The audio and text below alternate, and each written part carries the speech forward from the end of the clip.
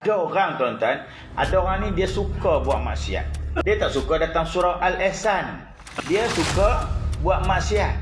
Dia masuk kelab malam, disco. Dia pergi jumpa kawan-kawan melepak 4-5 jam kedai kopi. Itu dia lebih seronok. Majlis surau dia tak seronok. Ke tempat maksiat, dia seronok, dia rasa happy, dia enjoy. Ke padang mahsyar, Allah kata inilah tempat balik kamu. Kamu pilih masa di dunia dulu. Allah tak zalim. Wa ma zalahumullah walakin anfusahum yazlimun. Allah tak zalim, kamu zalim, kamu yang pilih dulu tempat ni. Betul tak betul? Fazal muttaqun. Wa tazawwadu fa inna khaira zadit taqwa. Muslimin, muslimat yang dirahmati Allah Subhanahu wa taala, sama-sama kita berpesan agar bertakwa kita semua kepada Allah Subhanahu wa taala dengan sebenar-benar takwa, cari bekal kita untuk hidup selepas mati kelak. Dan sebaik-baik bekal adalah bertakwa kita semua kepada Allah Subhanahu wa taala. Alhamdulillah. Syukur banyak. Mudah-mudahan Allah terima segala amal dan Allah ampun segala dosa-dosa kita. Amin. Dosa kedua ibu bapa, dosa para guru, para alim ulama, para pejuang-pejuang Islam seluruhnya. Bangkit mahsyar kelak dalam keadaan kita semua ni berjaya di sisi Allah Subhanahu wa taala. Alhamdulillah. Wow, dapat cincau betul. Ya, bulan lepas sebut cincau kan? Dapat cincau betul. Wah, sejuk pula tu. Kita berhenti dululah kuliah. Allahu Akbar. Baik, lantaran yang dirahmati Allah Subhanahu wa taala, tak boleh tahan rasa nak tuang je. Okey, kita muka surat 41 hardcover, betul? 41 perenggan yang atas tu kan? Bagi membimbing akal, bab ke-9. Betul lah? Bab ke-9, hawiyah, ibu kepada golongan mujrimin. Mujrimin apa dia? Golongan yang berdosa. Bangkit mahsyar bawa banyak dosa. Sebab tu tuan-tuan, bila kita mati, kita semalam mana kuliah ayat kedua surah Al-Mulk. Allazi khalaqal mauta wal hayata liyabluwakum ayyukum ahsanu amala. Ayat kedua Al-Mulk ni Allah cerita mati dulu baru hidup. Allazi khalaqal maut. Dia yang menciptakan maut, mati. Wal haya, baru hidup. Liyabluwakum, nak uji kamu. Ahsanu amala, siapa yang paling baik amal. So tuan-tuan, bila hidup je kita, lahir je seorang bayi, dia terus ada kembar dia. Apa kembar itu tuan-tuan? Bukan korin tu. Ini maksudnya yang lain. Bila kita hidup, kembar hidup adalah kematian. Kullu nafsin ajal, betul. Setiap yang bernyawa mesti akan mati. Kullu nafsin ajal ataupun kullu nafsin dha'iqatul maut. Mesti akan didatangi kematian. Dan Israel datang jenguk kita ni 70 kali sehari. 70 kali sehari. Jadi tuan-tuan, kata Allah dalam ayat tu, liyabluwakum ayyukum ahsanu amala. Untuk Allah uji siapa lebih baik amal. Tuan-tuan, lebih baik amal satu bab, bukan lebih banyak amal, bukan banyak amal tapi baik amal. Satu. Yang kedua, jangan kita beratkan timbangan kiri kita dengan dosa bila bangkit padang mahsyar. Dosa tu semua boleh settle kat dunia tak? Semua dosa boleh settle di dunia. Betul. Dosa dengan Allah bertaubat. Dosa dengan manusia minta maaf. Betul tak betul? Boleh kan? Boleh. Itu kata Nabi, orang yang cerdik, dia ingat akan hidup lepas mati dia. Al-kaisu mandana nafsa min amila lima ba'dal maut. Orang yang bijak ni kata Nabi, dia banyak ingat untuk amal lepas mati dia. So kalau orang banyak ingat mati, dia pertama dia confirm banyak bertaubat. Dan dia suka minta maaf dengan orang atas apa saja perlakuan. Dia bimbang takut kena bawa padang mahsyar. So bawa banyak dosa padang mahsyar, inilah yang disebut mujrimin. Bila mujrimin, orang yang bawa banyak dosa di padang mahsyar, maka tempat dia hawiyah. Fa ummuhu hawiyah, Allah kata. Boleh. Itulah ibu kamu, fa ummuhu, tempat balik kamu, hawiyah, neraka hawiyah. Dan kita pernah sebut kenapa Allah sebut fa ummuhu, dia mak kamu, dia ibu kamu, dia tempat balik kamu. Kerana atas dunia ada masalah, kita cari mak, maka jiwa kita akan tenang jumpa mak. Betul? Telefon mak ni lepas cross border, berdesuk pakat balik jumpa ayah mak. Betul tak betul? Kenapa rindu kasih sayang pada mak ayah? Jumpa mak seronok 3 hari tak cukup, 4 hari tak cukup, 5 hari. Betul tak betul? Ini tuan-tuan yang dirahmati Allah SWT. Maka dia tenang duduk dengan mak dia. Padang ada orang tuan-tuan, ada orang ni dia suka buat maksiat. Dia tak suka datang surau Al-Ihsan. Dia suka buat maksiat. Dia masuk kelab malam, disco. Dia pergi jumpa kawan-kawan melepak 4-5 jam kedai kopi. Itu dia lebih seronok. Duduk masjid surau dia tak seronok. Maka di tempat maksiat, dia seronok, dia rasa happy, dia enjoy. Maka pada mahsyar Allah kata, inilah tempat balik kamu. Yang kamu pilih masa di dunia dulu. Allah tak zalim. Wa ma zalahumullah walakin anfusahum yadhlimun. Allah tak zalim, kamu zalim. Kamu yang pilih dulu tempat ni. Betul tak betul? Masjid surau dah buka, kamu tak pilih. Kamu tetap pilih pusat hiburan. Masjid surau buka, kamu tak pilih. Kamu tetap pilih kedai kopi. Kamu pilih kaca televisyen. Kamu pilih panggung wayang. Kamu pilih Langkawi. Betul? Kan? Betul ke tuan-tuan? 1000 ekor ikan siakap. Betul lah. Okey, so kita sambung. Muka surat 41. Bagi membimbing akal. Ni, akal. Kita kata kita bijak. Tuan-tuan, orang yang bijak tadi yang sebut.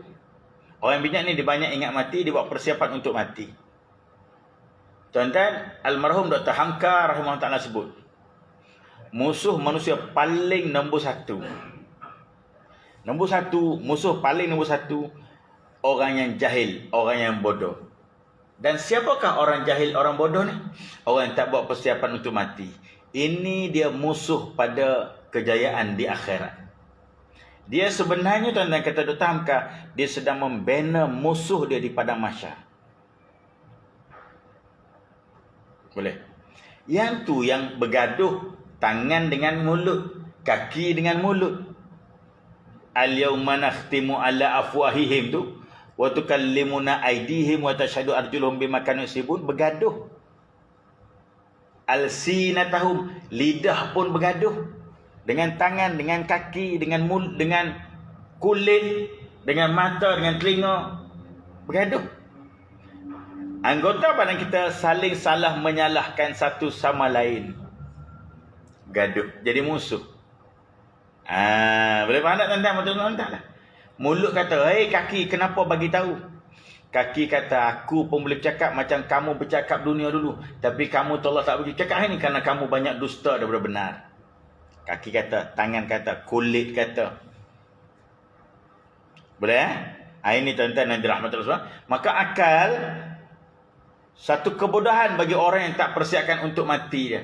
Alam barzah dia, padang mahsyar dia. Akal dia jangan kata dia bijak.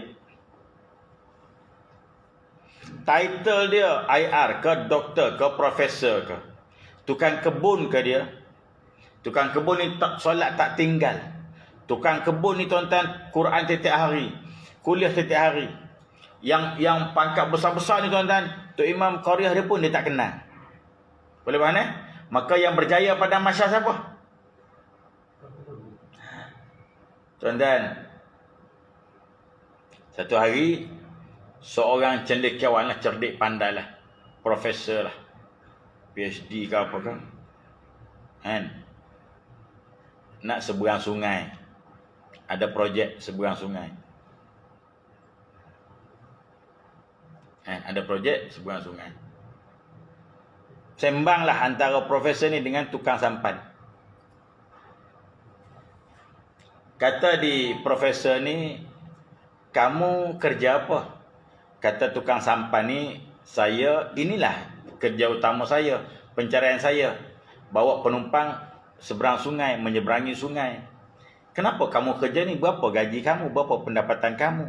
Tak banyak, seorang RM1. Kalau ada 10 orang sehari, RM10. 50 orang sehari, RM50 saya dapat. Contoh.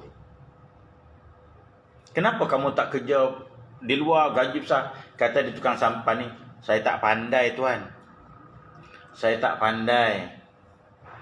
Saya tak boleh kerja kerana saya tak pandai itu semua, saya tak pandai. Maka jawab di profesor ni, oh patutlah hidup kamu gagal.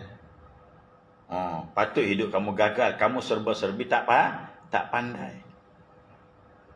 Boleh faham tak? Saya belajar tinggi-tinggi macam-macam CJ. Tengok hidup saya berjaya. Hidup saya tak gagal. Boleh? Lepas tu jawab dia tukang sampan. Tuan pandai berenang? Tak pandai. Kalau terbalik sampan saya agak-agak, siapa yang gagal, siapa yang berjaya? Boleh faham ni? Sengap terus profesor tu tuan-tuan. Dia rasa dia hebat dah dengan ilmu dia. Ada ilmu yang dia tak kuasai, yang masa tu juga dia boleh gagal. Betul tak betul? Begitulah kita atas dunia. Walaupun kita rasa hebat dengan ilmu masing-masing, kalau masa tu juga yang ayat kedua Al-Mulk tadi kata allazi khalaqal maut, dia menciptakan mati. Masa kamu tengah rasa hebat, masa tu mati datang. Boleh faham tak? Profesor, doktor, tukang kebun, Allah tanya siapa solat cukup. Yang tu dulu. Betul ke tak betul? Allah tanya yang tu dulu. Allah tak tanya sijil kamu. Allah tak tanya anugerah kamu. Allah tak tanya gaji kamu berapa angka. Boleh faham tak? Allah tak tanya universiti mana kamu mengajar. Allah tanya solat cukup ke tak solat. Aku bagi kamu dunia dengan pangkat, dengan title, dengan gaji, dengan kelebihan, kemewahan, macam-macam kesenangan. Kamu lupa aku ke kamu sembah aku? Yang tu dulu Allah tanya. Boleh? Ini suatu akal mesti dibimbing. Allah menghantar para rasul supaya manusia berpeluang menerima pimpinan wahyu. Masya Allah, sedap kata tuan kita tuan-tuan. Allah hantar rasul supaya kita ada peluang dibimbing.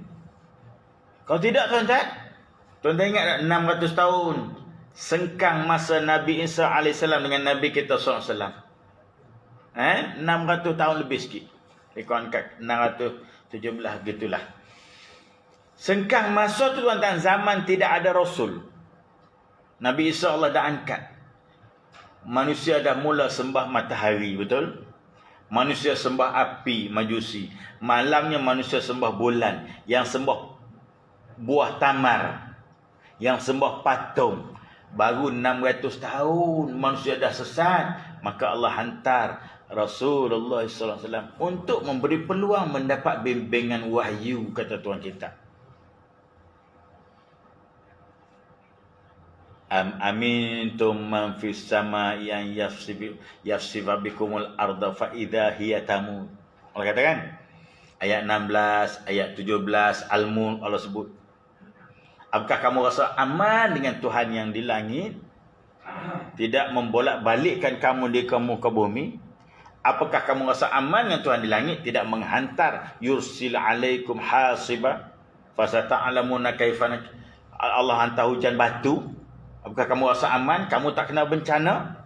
Kamu kata kamu luar lingkaran api Pasifik. Ingat? Siapa ingat subjek ni? Geografi kan? Kan? Dua orang je dulu. Hal lain semua fail Cincau dulu. Tuan-tuan tak boleh kufur nikmat. Dia keluar gas tu. Tuan-tuan tengok lah macam mana letak tadi pun satu tin ni. Gede. Siap bunyi tu yang jahat tu. Kan? Tapi kena campur tuan-tuan. Biasalah. Air botol kaki. Okey. Lain macam hari ni tuan-tuan. Kita lajak sikit lah kuliah. Dapat cincau. Bismillah. Masya Allah, tabarakallah. Rasa macam tak mau mati tu.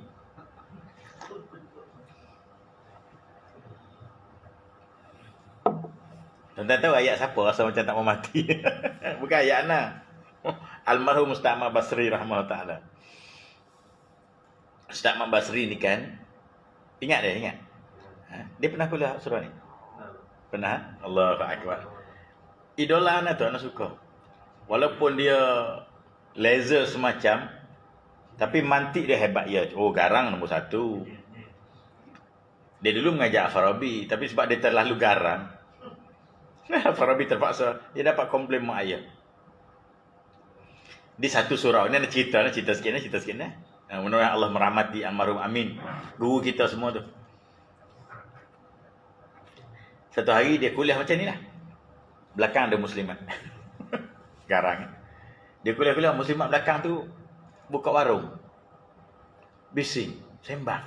Dengar sampai ke depan, ganggu anak kuliah. Makcik janganlah sembang. Saya kuliah ni. Lembut mula-mula. Diam sekejap makcik. Sembang 20 minit. Bunyi pula. Oh muslimat. Oh makcik oi. Orang nak kuliah kat depan ni, makcik janganlah bising. Tegas sikit. Diam. 10 minit. Bunyi pula. Oh muslimat. Apa bodoh sangat? Makan tahi ya? Surah tu buang terus dia. Surah tu buang terus. Makan tahi ya? Ambil sikit. Buang terus dia. Allah, ini almarhum Ustaz Ahmad Basri. Tapi dia tegas kan? Dia tegas. Anak suka dia. Mantik dia hebat. Orang mengaji dia India ni kelebihan lagu tu lah. Mantik dia hebat. Nanti mati Allah Subhanahu wa ta'ala. Allahu Akbar. Ayat dia lah tadi tu, tak mau mati tu. Satu hari dia kuliah, kalau luar pada ni dia akan naik komuter. Orang akan tunggu dia, yang panggil tu akan tunggu dia di stesen komuter. Itu style dia. Mana tak pasti kenapa dia tidak drive sendiri. Wallahualam lah, tak apalah tu. Jadi satu hari dia kata orang ambil Ana dengan CRV. Masa tu CRV yang sebelum ni. Dia kata, oh sedap tu nak naik CRV, mantap oh. Saya rasa macam tak mau mati. Itu ayat dia lah tadi tu. Ayat dia tadi nak guna tu. Oh, sedap oh minum cincai, rasa macam tak mau mati. Nak cerita nikmat dunia ni, oh tak boleh tahan.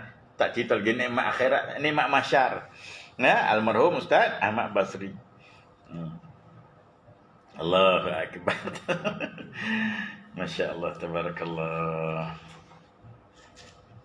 Dia orang sangat beradab di luar. Kuliah dia kita tengok di Garangan. Di luar dia sangat beradab. Sangat beradab. Ada satu majlis, kita jemput orang ceramah. Majlis tu majlis makan, jamuan hari raya. Tapi kita jemputlah orang bercakap. Bila kita jemput orang bercakap, dia pun letak sudu garpu ni, berhenti makan. Dia kata, kenapa orang tu makan? Kita jemput dia bercakap, semua pakat makan. Biadabnya dia kata. Anak duduk sebelah tuan-tuan. Terbantuk terus aku nak makan. Jangan buat pasal. Tasawuf hebat tuan. Walaupun dalam kuliah dia nampak garang, cakap laser, tasawuf hebat. Itu baru betul tuan-tuan. Kita ni tasawuf terkabur, bukan tasawuf. Tasawuf tuan-tuan. Cincau dulu. Masya Allah, tabarakallah. Kalau habis ada tambah. Okey. Jangan terkencing tuan-tuan. Allahu Akbar. Jangan rasa aman. Jangan rasa kita lambat lagi mati. Wa narahu ba'ida. Mereka memandang mati tu ba'ida, lambat lagi, jauh lagi. Innahu, kita ni narahu qariban. Kita pandang mati tu dekat, tak lama dah. Betul tuan-tuan. Tuan-tuan kalau sakit sikit, tolong ingat mati. Jangan sakit sikit, ni tak ada apa, jam. Kenang dosa-dosa kita.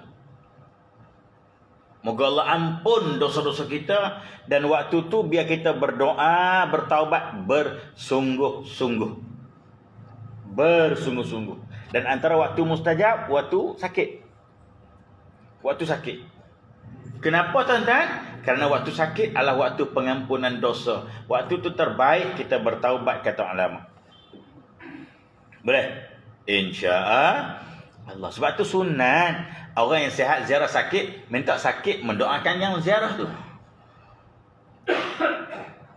Boleh Justru itu apabila mencapai suatu peringkat cukup sempurna keperluan fizikal dan mental, manusia akan bergelar makhluk yang mukallaf, iaitu yang diberi taklif, tanggungjawab. Bila dah waras, dah tahu mana nasi, mana najis, dah tahu mana pisau, mana teddy bear, mana mudarat, mana manfaat, maka masa tu kita diberi tanggungjawab memikul amanah agama. Boleh? Masa tu tak buat, dosa tanggung sendiri. Sebab tu tuan-tuan, Allah Subhanahu wa taala daripada kecil sampai ke balik, tanggungan mak ayah untuk didik, biar kenal agama. Kalau sampai besar dia tak kenal agama, mak ayah tak lepas pada masyarakat. Kita tanya anak, kenapa tak solat? Ayah tak pernah suruh. Tuan-tuan, kita jumpa tahu jawapan macam ni. Ini cerita ni benda betul. Bukan reka nak bagi syok kuliah, tak. Kenapa tak solat? Ayah tak nak suruh solat. Dia jawab macam tu, ayah tak nak suruh solat. Kalau kita suruh, pakcik siapa? Dia gitu pula. Betul-betul? Boleh InsyaAllah. Ketika itu manusia dibebani dengan tanggungjawab untuk ta'abbud, mengabdikan diri kita kepada Allah. Ta'abbud ilallah, fasjudu lillahi wa'bud. Maka rendahkan diri kamu, nafsu kamu, akal kamu, sujudlah, tunduklah pada perintah Allah. Ini paling penting dalam hidup, tuan-tuan. Biarlah gaji tarang mana pun, kalau tak sujud Allah, tak tunduk pada, tuan-tuan, sujud sikit dah kita sebut bab sujud. Kita sujud betul. Sujud dalam solat, sujud tilawah, sujud syukur, sujud sejadah. Dan apa kemanisan sujud ni? Apa kemanisan sujud? Sujud ni nombor satu, tuan-tuan. Nombor satu, waktu paling dekat hamba dengan Tuhannya, kata Nabi. Sujud. Waktu paling dekat kita dengan Allah, sujud. Boleh? Sebab tu Nabi bagi tahu perbanyakkan sujud. Perbanyakkan doa fi sujud, dalam sujud. Waktu sujud banyakkan doa. Nak suruh lama sujud. Tapi bukan solat fardu. Solat fardu imam sujud lama, bangun-bangun meninggal makmum. Makmum tu ada penyakit. Contoh boleh kan? Tok imam tak bangun-bangun. Kojol terus makmum seorang. Jangan. Ini solat masing-masing sunat. Solat sunat. Boleh faham Sujud terakhir doa. Yang dalam Quran silakan, hadis Nabi silakan, yang Melayu dalam arti. Boleh? Dua. Doa dan saat paling dekat kita dengan Allah. Ketiga, tuan-tuan, indahnya sujud ni apa, tuan-tuan? Indahnya sujud ni, tuan-tuan, setan bagi tahu. Setan kata, ke sujud ni lah aku dilaknat Allah. Ke sujud ni lah aku dilaknat Allah. Maka siapa yang tidak bersujud, maka dia telah ikut salah satu perangai setan. Dia dah ambil jalan setan. Min khutuwati syaitan. Dia ikut jalan setan. Siapa tak mau sujud dengan arti kata tak mau solat, dia dah ambil perangai setan. Boleh nak tuan-tuan terus mana? Nahwa ta'ala. Nah, tu tuan-tuan. Nah, insya-Allah. Tanggungjawab untuk mengabdikan diri kita kepada Allah. Sebab tu Imam Malik rahimahullah ta'ala. Imam Malik bin Anas, Tok Guru Imam Syafi'i. Tok Guru paling besar lah. Imam Syafi'i paling lama berguru dengan dia lah. Imam Malik. Disebut sebagai Imam Darul Hijrah. Imam Madinah.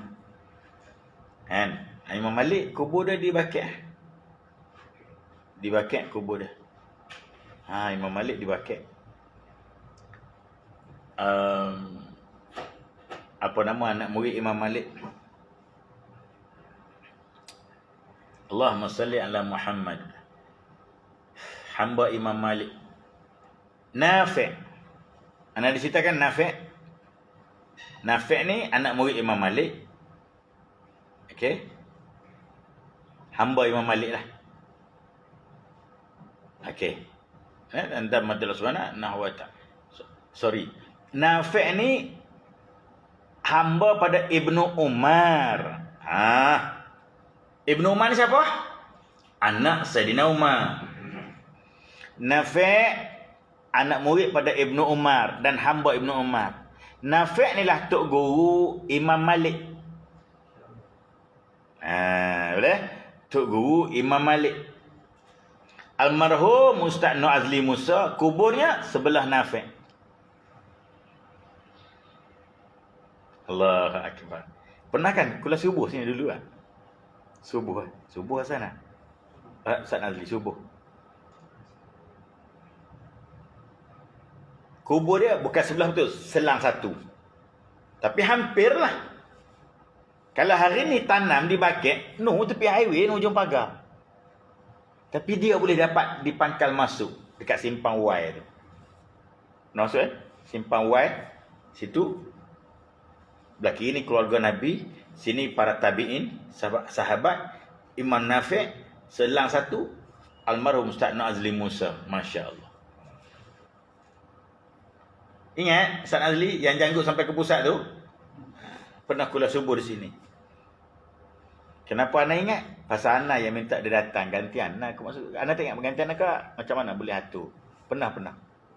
Lama dah lah sebelum Covid lagi, dia pun dah sebelum Covid juga meninggalkan. Tapi dia pernah lah di sini. Tu tuan-tuan Allah Subhanahu wa ta'ala. Jadi kata Imam Malik, syariat agama kita ni ada benda yang kita faham, dia punya kaifiat.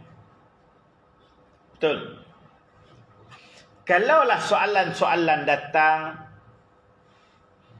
macam Imam Malik kata, ada benda ni yang kita tak faham.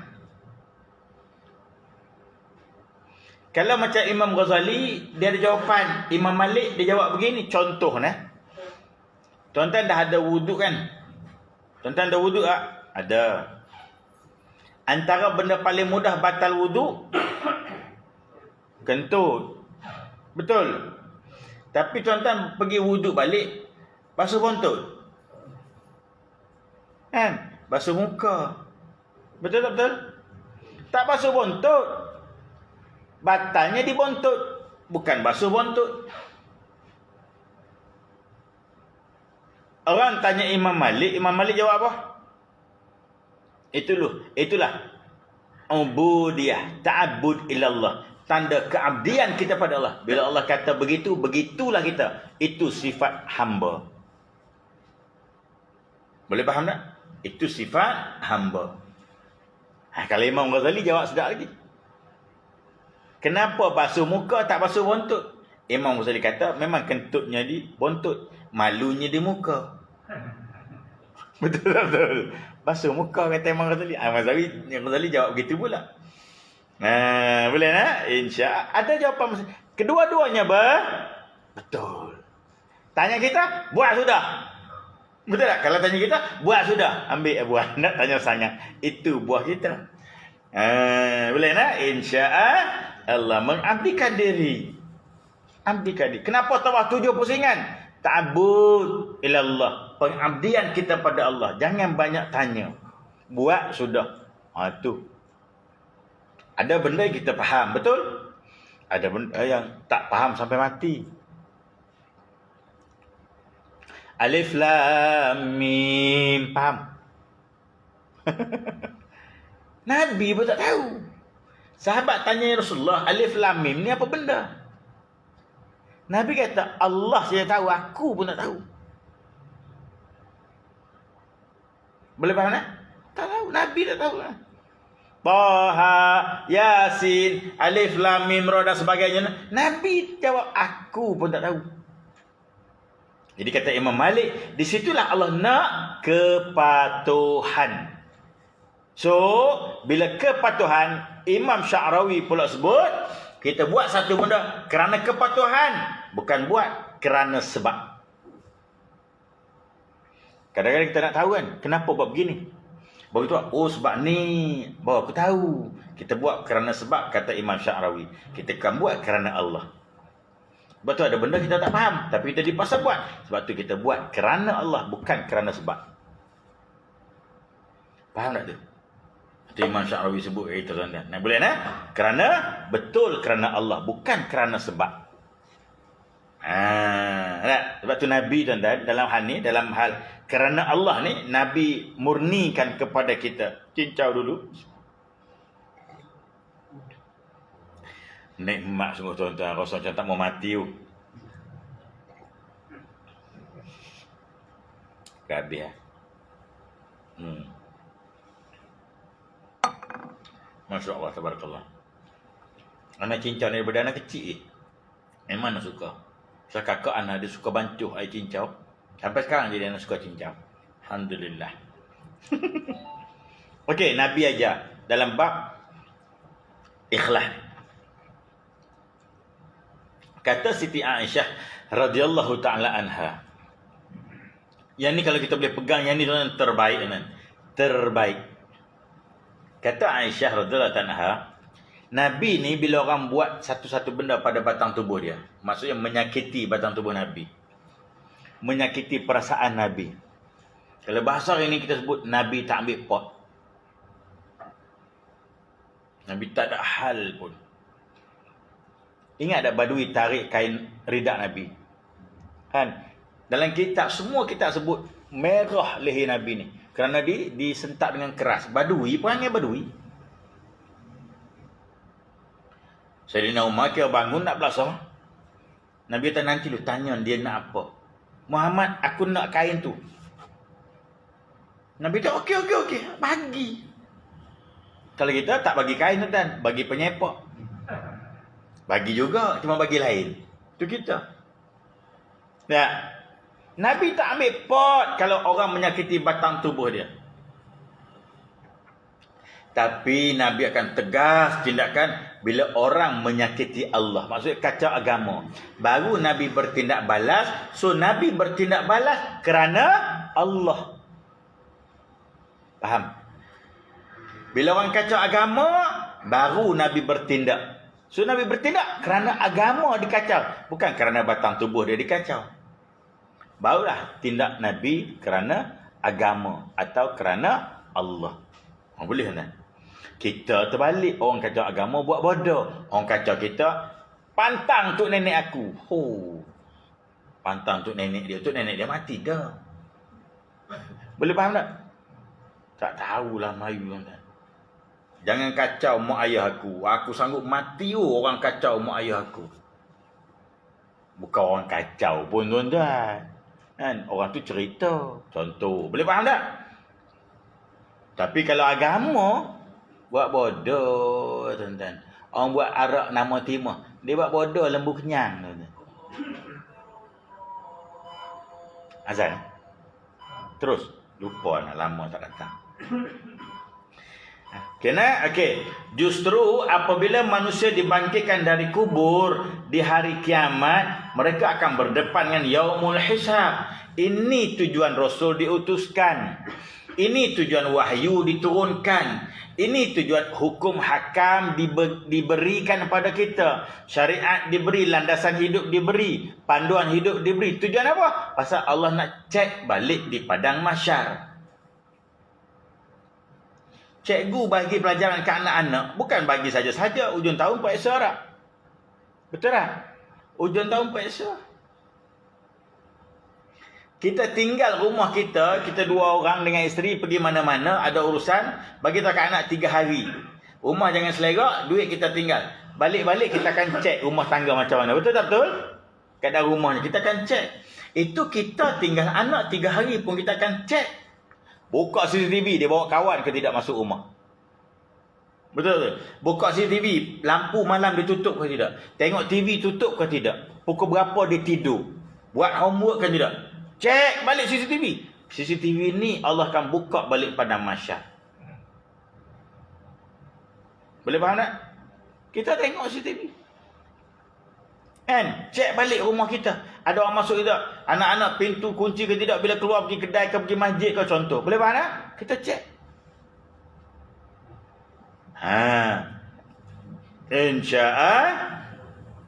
InsyaAllah. Berhenti boleh? Pasal ada satu lagi kuliah ni.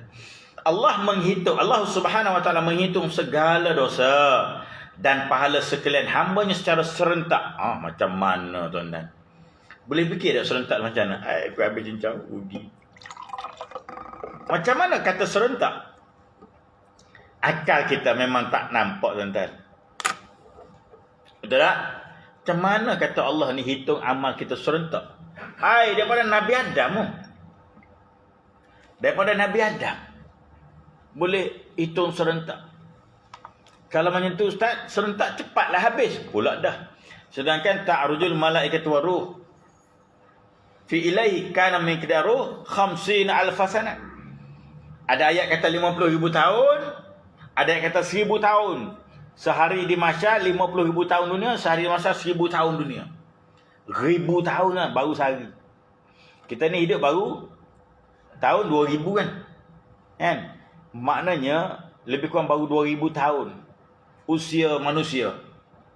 Dunia dah ada awal lagi. Kalender ni baru ada baru 2000 tahun. Sebelum kalender ada. Betul? Kan? Sebelum kalender ada, makhluk lain dah ada tau. Sebelum Nabi Adam turun, kalender pun tak ada lagi, betul? Betul tak betul? Tak ada. So 2000 ni baru je, baru 2000 tahun. 2000 tahun kita tahun 2021. Betul? Baru 2000 tahun. Pada masa maknanya apa? Baru 2 hari. Kalau orang tu duduk dalam neraka, waliyahzubillah, baru 2 hari. Allah kata kamu kena duduk neraka 100 hari. Dia baru duduk 2 hari. Faham tak faham ni? Itu kalau 1000 tahun. Kalau ayat surah Al-Ma'arij ayat keempat tadi pula 50,000 tahun. Allah kata kamu kena masuk neraka 2 minggu. 2 minggu tu 50,000 tahun. Sekarang baru jalan 2 hari. Oh ya Allah ya Tuhan. Boleh ini tuan-tuan yang dirahmati Allah Subhanahu Wa Taala. Kering terus tekak tuan-tuan sebut neraka. Minum dulu.